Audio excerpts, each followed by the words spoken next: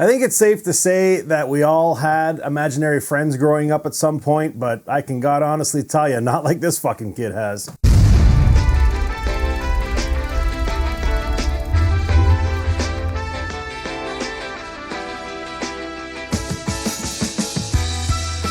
Hey guys, welcome to Happywax TV. I'm going to try and keep this one quick because I don't want to say too much about this movie as far as like what happens in it, because God honestly, I know I show the trailer down below on my laptop, but do yourself a favor and go into this movie knowing as little to nothing about it. It'll just, the way it plays out, the payoff for you will just be like, it's way better. I'll say this because honestly, I had the trailer sent to me probably over a year ago. I watched it. I don't really remember my reaction to it, but I forgot all about this movie. I totally forgot all about it.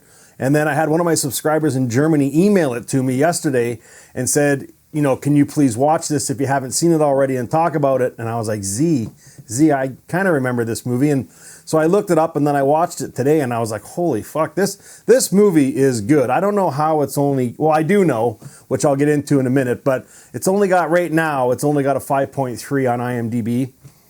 But I'll tell you, this movie's way better than that. It really is. It's like old school. It is. It doesn't rely on jump scares. I wouldn't even call them jump scares, but there were two scenes in this movie that gave me goosebumps. And I don't get goosebumps very easy, and it caught me off guard. And I think I actually gasped at one scene when she's in the bathtub. Like, you know, you know something's gonna happen, but when it does happen, like I didn't, like, man, oh man, this movie is fucking good. It is done right. It's kind of like, okay, well, let me give the synopsis. A family finds himself terrorized by an 8-year-old boy's imaginary friend. Okay, well, we've all had imaginary friends when we were growing up, and if you've had kids, I mean, they have them now, right? So you just kind of like brush it off, you know, if you hear them talking in the room, for the most part, and that's what these parents do in the beginning, but then they kind of realize that, hey, there's something else going on here. You know what I mean? So, and man, oh man, when it kicks in, like the first act is like, we're just kind of introduced to the family. We get a background history of the boy. He's had some troubles at school, so he ends up getting suspended. None of the kids that he used to hang around with want to hang around him now, just because he's like the weird kid, you know, swears a lot. We don't actually see it on screen, but he swears a lot. You know, threatens to hurt animals, just all crazy shit. And then he blames it on this Z person that's you know, his imaginary friend. And I'll tell you, man, holy shit. Like there are a couple scenes in this movie that like gave me fucking straight up goosebumps. Just, you know, you don't see it coming. And he does, Brandon Christensen is the director, and he does a fantastic job of holding on, you know what I mean, to the last second before he shows you just little glimpses of things, and it's just enough. And I really did like this movie because it doesn't rely on jump scares. So many, like, I don't know, I guess you could call this a paranormal movie, you know what I mean? But I mean, so many of them rely on jump scare scenes, and this movie doesn't do that. It doesn't. It gives you, if you saw The Invisible Man by James Whannell a little while ago, I don't know which film was done first, but they use the same technique where, you know, and they don't do it a lot in this movie, not as much as The Invisible Man, but there's scenes in this movie where the parents will leave the room, but the camera kind of, you know, lets them leave, and then it stays there for a second, then follows to give you that impression that there's something there with them in that room, wherever they might be. It's filmed fantastically. It's a great story. I'll tell you that if anyone has any issues with this movie, you know, I did read a few reviews of people that saw it at festivals and stuff, and they, you know, some people were saying it was a little slow. I didn't think this movie was slow at all. I mean, it's only an hour and 23 minutes. It's paced beautifully. The thing is it doesn't have jump scares in it. It's just, it's the entire movie has this overlay of dread. This is not a happy movie, okay? You will not leave, you know, when you sit down and watch this and it comes out on Shudder May 7th, when you turn this movie off, you will not be in a good mood. You won't be. It's a movie full of dread. I don't want to give spoilers, but I mean, there is no happy ending at the end of this movie, and I don't want to say what or why or how, but it's perfect. You know what I mean? Because like the whole time you're watching this, you really don't know who's going to live and who's going to die, what's going to happen. And the third act, I mean, I'm pretty good at guessing ahead of time what's going to happen in movies. I didn't guess that third act at all, man. Like maybe the very, very end, but for the most part, wow, this movie blew me away. I thought it was fantastic. And we need this too, because the last couple of reviews I've done for Shudder movies have been fucking terrible. Well, my reviews are probably terrible as well, but the movies themselves that have been on Shudder, these Shudder releases have been terrible. That 0.0 megahertz movie was fucking garbage, and then they released another one, I think it was called The Marshes, that I did a review on, and it was terrible too. But this movie more than makes up for it. So, did I even say who's in it? It's got Keegan Connor Tracy in it. You'll recognize her face right away. It's got Jet Klein.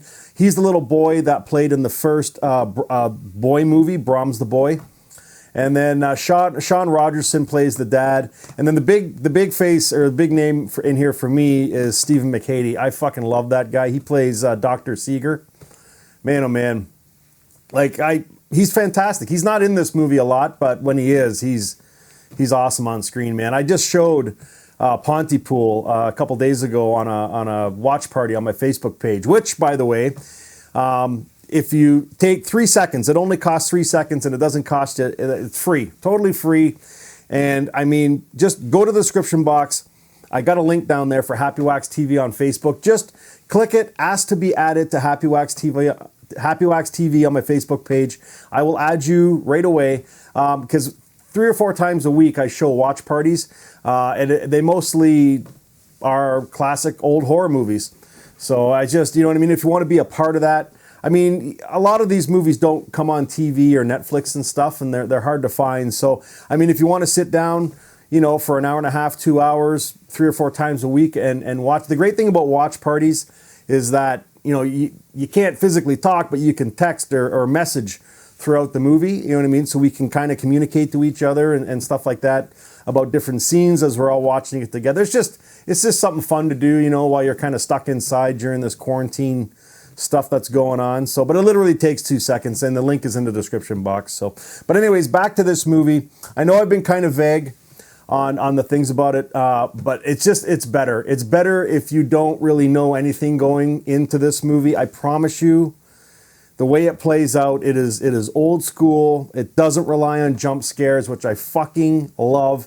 I mean, I know nowadays, you know, we need some jump scares in movies, but this movie did not rely on that, and it is creepy as fuck from the fucking get-go to the very end, and it's just got that overlay of doom and dread throughout this movie. And I'm going to just say this might be a spoiler, so if you don't want to hear it, just plug your ears for like 10 seconds. I'll hold my hand up, and when I put my hand down, I'm done saying what I got to say. Okay, so here we go. This is going to be a spoiler, okay? They do show Z in this movie a couple of times, okay? And I'll tell you, when they show him, it freaked me the fuck out. I don't get goosebumps very often, but the few scenes that he's in, Goosebumps Central. Okay, now you can unplug your ears. Anyways, the movie is called Z. I highly recommend this. To give this movie a rating, I would probably give it like a super strong 7.5. I fucking love this movie. It was really, really good. It's not a perfect movie.